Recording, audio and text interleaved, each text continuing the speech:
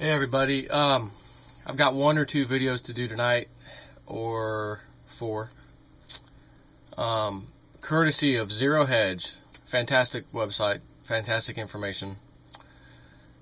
Title: Comex Physical Silver drops to fresh all-time low of 28.8 million ounces, 3% drop overnight, 30% drop in 6 weeks. So who cares that they pushed the price down from 49 or whatever down to 35. Clearly, the physical is being taken the whole entire time. Doesn't matter. That is the key to destroying the paper market. We have got to strip them of the physical silver. Period. So here's the little paragraph. It's short. When we first started paying attention to the physical registered silver held in the Comex warehouses on April 20th, following the explosion in the silver price, the total amounted to just over 41 million ounces. As of today, a short 6 weeks later, the total physical silver held throughout the entire Comex complex has dropped by 30% over that period. As of close today, the total amount of registered silver is now 28.7 million ounces, a decline of 2.9% overnight. This is due to a withdrawal of physical from both Brinks and Scotia Mocatta, most likely that's how you pronounce that. It's probably some Canadian deal, as well as the ongoing reclassification of 500,000 ounces of registered into eligible silver over at HSBC. But wait, it will revert back to registered any moment, we promise. At this rate of withdrawal and adjustment, there will be no physical silver left in the entire Comex in about 5 months. At that point, even one delivery intention will send the price of silver to previously unseen levels.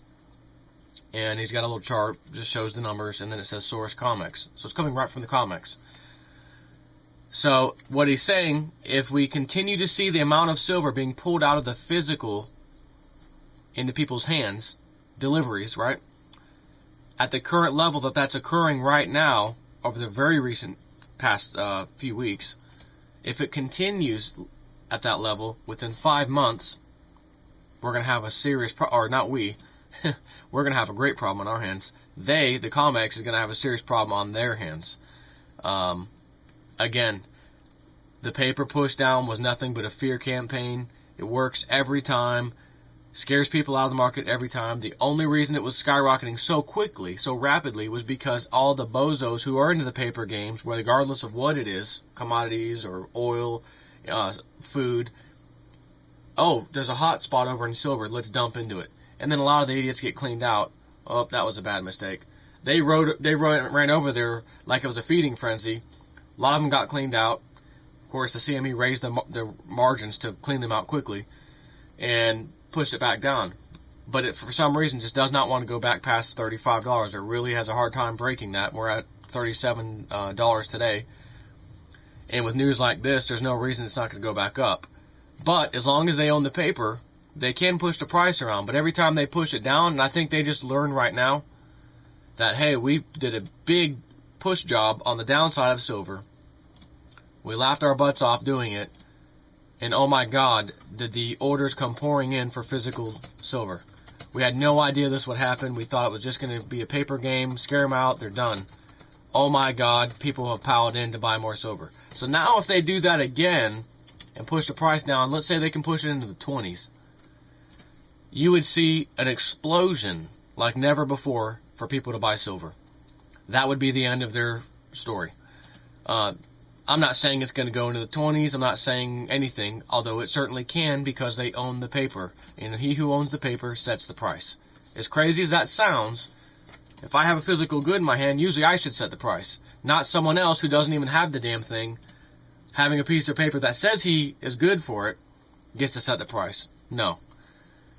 That's the same reason oil should be probably $1.50 to $2 a gallon right now, and yet it's over $3, $3.50 something right now, $3.60s, at least in Florida. And we're at levels where it shouldn't even be anywhere near that price.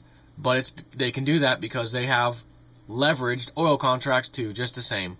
And I saw a recent article the other day I posted on my website, and I guess a congressman is now wants to get an investigation going and look into this, and he's claiming that a third of the prices of oil right now would go away if we stopped allowing these financial monsters to own up all of the paper and put in position limits on those things. So, and with silver too. Silver, oil, pretty much all commodities. If you're a big giant company, or no matter who you are, you're only allowed to put X amount of money, so to speak, into these contracts. You can only hold so many contracts. That would make Lindsey Williams' story become the first false story ever, if this type of thing was to be implemented. Because at that point, they could not control the price of oil, therefore they would lose all control, and we would have a big nightmare on our hands, and the elite would have a big nightmare on their hands. And I would be proud to say, first video on YouTube, Lindsey Williams was wrong. For all the right reasons, of course. Because we were able to wake other people up. This congressman woke up. They actually passed a law and, put that into place. I'm not saying that that's going to happen, because there's a fat chance that one congressman or even a couple of them are going to be able to push something like that through. At least I don't think. But you never know. You never know. So anyways, that's all I got for this video. I got to do some more videos. Take care.